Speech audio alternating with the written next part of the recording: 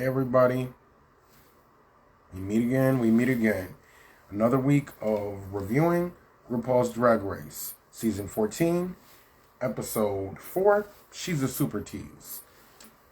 This episode was a lot. A lot.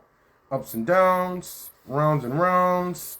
Like, it was a lot. So, let's get into it. Let's get into it. We're about to get into some things, in the words of Nicki Minaj. Okay, let's get into it. Okay, Jasmine Kennedy, starting off. Girl, relax. You are going to be okay. You are going to be okay. You were safe. You know, the nagging and talking and extra looping around and crying and upset that you didn't quite get the result you wanted. Extra. You will be okay. Just keep doing your best and pushing through, and you should be good. Eventually, you're going to get to where you want to get to. And unfortunately, it was Cornbread that had to let you know that about talking so much about, XYZ and being in your head and, just being self-centered, I guess, about what's going on. So, yeah. That erupted into a situation. Okay. Next up. It came to the teams choosing on XYZ teams. It was Team Maddie, and Team Willow. Team Willow, Team Maddie, differences. There were some stronger competitors and some weaker competitors, both in different teams, and it resulted to Orion and Jasmine being picked last to be picked for the teams. And that caused friction a little bit because of the issue Cornbread had with Jasmine Kennedy about the whole talking and self-centered situation. It resulted into something a little nasty, but instead of, Kennedy playing safe and going with instead of Jasmine Kennedy, playing it safe, we're going with Team Maddie, which I felt like probably was her best bet. She went with Team Willow, which that was Cornbread on. And I would give her a pat on the back for that because she was willing to stick it out with Cornbread and fight that animosity or whatever to do what she had to do and overcome that and be a strong team with a foe or whatever the case may took place.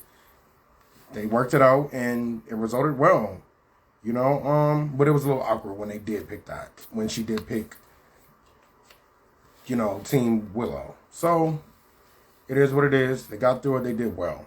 Okay. I was saying at that time, hopefully Cornbread and Jasmine can knock out the challenge, which they did, and I'm proud of. And as the episode went on, it appeared that Cornbread was just picking on Jasmine at the point. Like, at that point, Jasmine is letting it be known that she's taking a step back. She took note of, I guess her being self-centered and her talking so much. But yeah, Cornbread still found a reason to kind of pick on her when the girl wasn't talking. I'm like, come on now, Cornbread. I love you and all. I am Team Cornbread all day. Cornbread, jate. But you did not have to pick on Jasmine. And I'm going to drag you a little bit in this episode for that because in this vlog, in this review, because Cornbread, no, you were doing too much. Okay, so again, next, honestly, I felt like Jasmine should have picked Team Maddie because she wouldn't have to go through the mess that she had to go through with Cornbread. But I'm glad she did because it worked out better. I was just hoping that it wouldn't land Jasmine into the bottom, and it didn't. Okay. Meanwhile, the acting challenge came on, and Juria acting like she can't act or saying she never could act and showed that she could fucking act. And Juria is a fucking threat. I keep saying that previously. Like, I said that previously, and I'm going to say that now again. Angeria is a fucking threat. That girl did not come to this competition to play. Angeria is coming to slay the fucking girl. She's coming to take over this competition, and I am here for it. The acting challenge went on. It appeared that Georges, Alyssa Hunter, Kerry Colby, and Cornbread kind of struggled with the act. Okay. You know, you guys know I'm Team Kerry Colby, Team Cornbread, and I was a little disappointed in that. But it has to go on. The show has to go on. In spite of me feeling like Jasmine should have chose the other team, like I said previously, I'm glad that she chose Willow's team because it worked out as a bigger payoff, and it looked good on Jasmine Kennedy's behalf. Then when they got to the runway, they had the Jenny from the Block Challenge. The Jenny from the Block Challenge, J-Lo. Them recreating J-Lo's looks, or, you know, embodying different J-Lo's looks, runways, Super Bowls, all of that. And I was obsessed with that idea because I already knew that they were going to do that iconic. Somebody was going to do that iconic Versace look that she's created about 20 fucking times. We're going to talk about that in a minute. But Cornbread, all right, let's get to it. And Cornbread's J-Lo cross the chest look, decent. I feel like her look on the runway was much decent this week than it was last week. And I have to give her a pat on the back for that. A pat on the back for that because I'm like, Cornbread, I know you got it in you. Like, get on this runway and do it. Like, you know, show the big girls can do it too. It can serve just as well as the fucking small girls, the skinny girls. So again, next up, Kerry's 2020. Kerry Colby was the one to do the 2020 Versace look. It was very lovely, and apparently it was the original J-Lo look. It was the original J-Lo Versace look from 95, I think. Lord knows how she got her hands on that. I would like to hear the story how she got her hands on that, but she did. She made it, she recreated it and made it to the 2020 Versace dress look, and it was lovely. And it was one of J-Lo's iconic looks, so another pat on the back. Kerry Colby will always and forever be gorgeous and stunning on the fucking runway. Like, she is going to have the girls gag. But that also kind of played to her disadvantage because the judges critiqued that later in the episode where they're like, you know, we know you're stunning. We know you're gorgeous. We know you got this look. We know you embody that. But we want to see something different from you. We want to see you get ugly a little bit. You know, not be so pretty. And I agree because the girl will give you looks and gorgeous and she will have you gagged all day. So I would like to see a little bit of camp from her. I would like to see a little bit of camp from her and see how that goes. So we shall see. Okay, next up. I was not here for Deja Sky's recreation of J-Lo's look. It was not even close. It was not close. Angeria, her shit was spot on with the Met Gala look. The silver Met Gala look with the, you know, the diamond shears down her damn head. I feel like she slayed the living fuck out of that look. Like, and again, Angeria comes to fucking slay. That is another one that Angeria is one to watch out for. I'm almost certain that Angeria will go to that top 4 because I haven't seen a flaw yet. So I'm here for it. Orion's story, not close either. I was like, girl, it just wasn't it. It was not it. It was not it. It was not it. And I want to be Team Orion's story so bad because she is a Michigander. Team Michigander. And she's from Grand Rapids, the city I lived in last in Michigan. And I'm like, I want to root for Orion so bad, but she is not giving what the hell is supposed to be gave. And I am not here for it. I'm not here for it. I'm like, Orion, you have to do better. You got to do better. You got to do better. I need to see something better. I need to see you come forth with something better. Next up, after the acting challenge came along together, it didn't make sense to me personally when they put it all together. After seeing, you know, them personally do it, they put it all together. I didn't quite get what was going on and what was supposed to be the purpose of that. But okay, the judges picked it up and they picked up the do's, the bad, the do's, the don'ts, the bad, the good, and the ugly, whatever. Okay, Cornbread. Back to her on the runway, like, you know, she obviously went through some trauma in her past that, you know, she suppressed, and this competition has brought it out of her. And you could tell that she's still dealing with it, and I'm sure she says she's going to deal with it once she get out of the competition. And I wish her well. I hope she does that so that she can continue soaring in life. Continue soaring outside of this competition.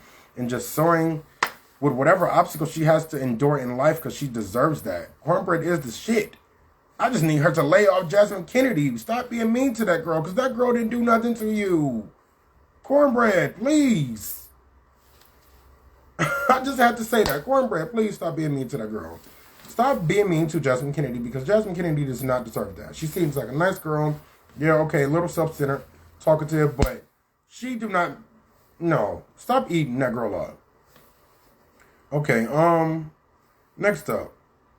Again, Kerry, stunning and gorgeous. That the judges want to see something different, as I already said. I feel like that speaks volumes, too.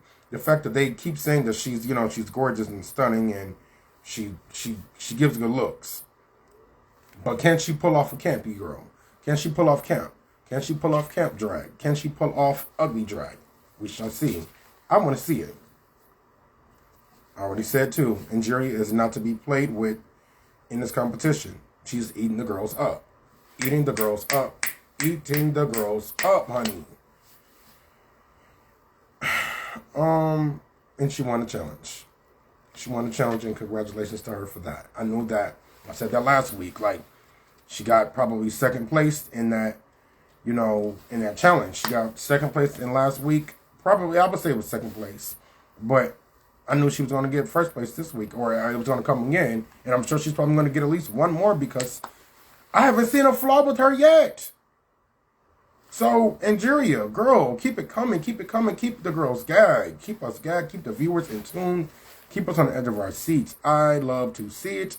We love to see it. So, yeah, keep it up, Angeria. The bottom two end up resulting into Alyssa Hunter versus Kerry Kobe. And honestly, I did not agree with it at all. As I previously just stated, Deja Sky, I felt like, yeah, her acting was okay. It was okay. It was pretty good. I'm more so on it pretty good. But that look on the runway was not it.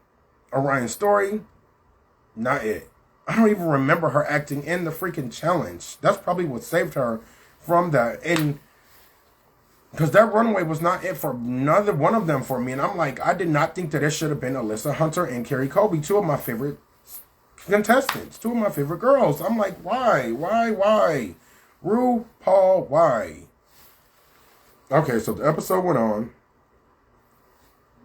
The girls was dragging Alyssa for that broke money gun that got stuck. And the money came out sideways or however it did. She picked it up and threw it in the air.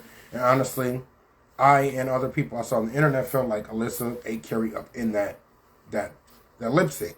But Kerry Kobe was the one to win the lip sync. Honestly, I feel like neither one of them should have been there. It resulted into Alyssa Hunter being eliminated. I'm not happy about that. And she didn't have the secret golden chocolate. Troubling. So that means it's the end of the road officially for Alyssa Hunter. And I feel like it's too soon. Alyssa Hunter did not need to go this soon. I feel like maybe at least 4 more episodes for Alyssa Hunter. But it is what it is. Okay, moving on. The episode ended untucked. Lady Camden. I'm going to talk about her for a second because I acknowledged on the first vlog that I did for Drag Race. I feel like Lady Camden, she's unique due to the fact that she's the first English on the U.S. season. I applaud that. And that's unique again, but I don't think she's very memorable. Like, I remember her English presence, but the acting challenge, I don't remember her presence much in that, and I don't remember her presence much on the runway either. So, her crying and Untucked saying that she has a lot of people wait, depending on her and waiting and wanting her to see her win and root for her, I can see that and I can feel that because you're the first of your kind on the U.S. season, and I would like to see that too. She just got to step it all the way up because right now it is not giving all that much, Lady Camden. Step it up. Step your cookies up, honey. Step them cookies up. Next up, Again, Cornbread, you come in for Jasmine Kennedy. I love Cornbread's dirty draws. But she just keep on dragging Jasmine Kennedy. Jasmine asked her, like, who do you think should have been in the bottom two, since you didn't think the bottom three were the people that should have been in the bottom three, and she deflected like, oh, I don't want to be that girl, but you also got an attitude like, I'm not trying to go there, and I wasn't trying to go that route, and I wasn't saying that, and da-da-da-da-da.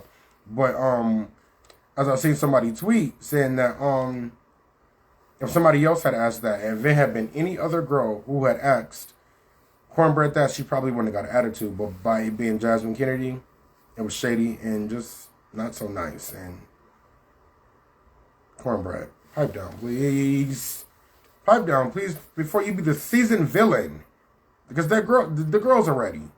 The fans are ready. The Drag Race fans are ready.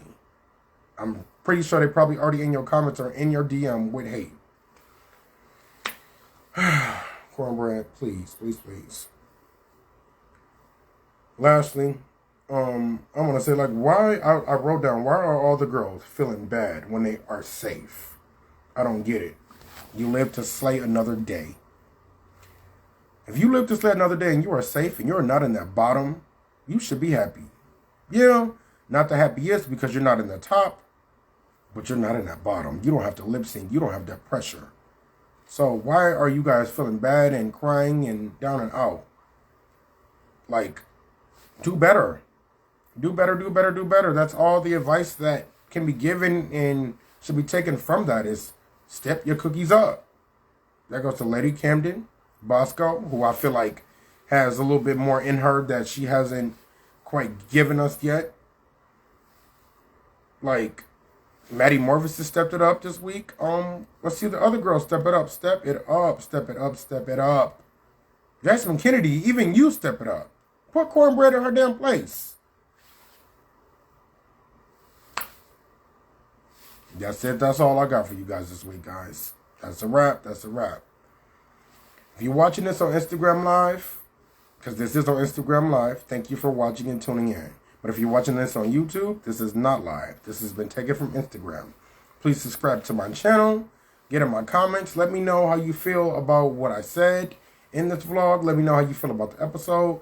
Chat with me in the comments. If you're watching this on Instagram, chat with me in the comments. Let me know how you feel about the episode. Let me know how you feel about what I said. But Drag Race fans, please keep the negativity to a minimum. And no negativity and hearsay, drama, none of that is allowed in the comments.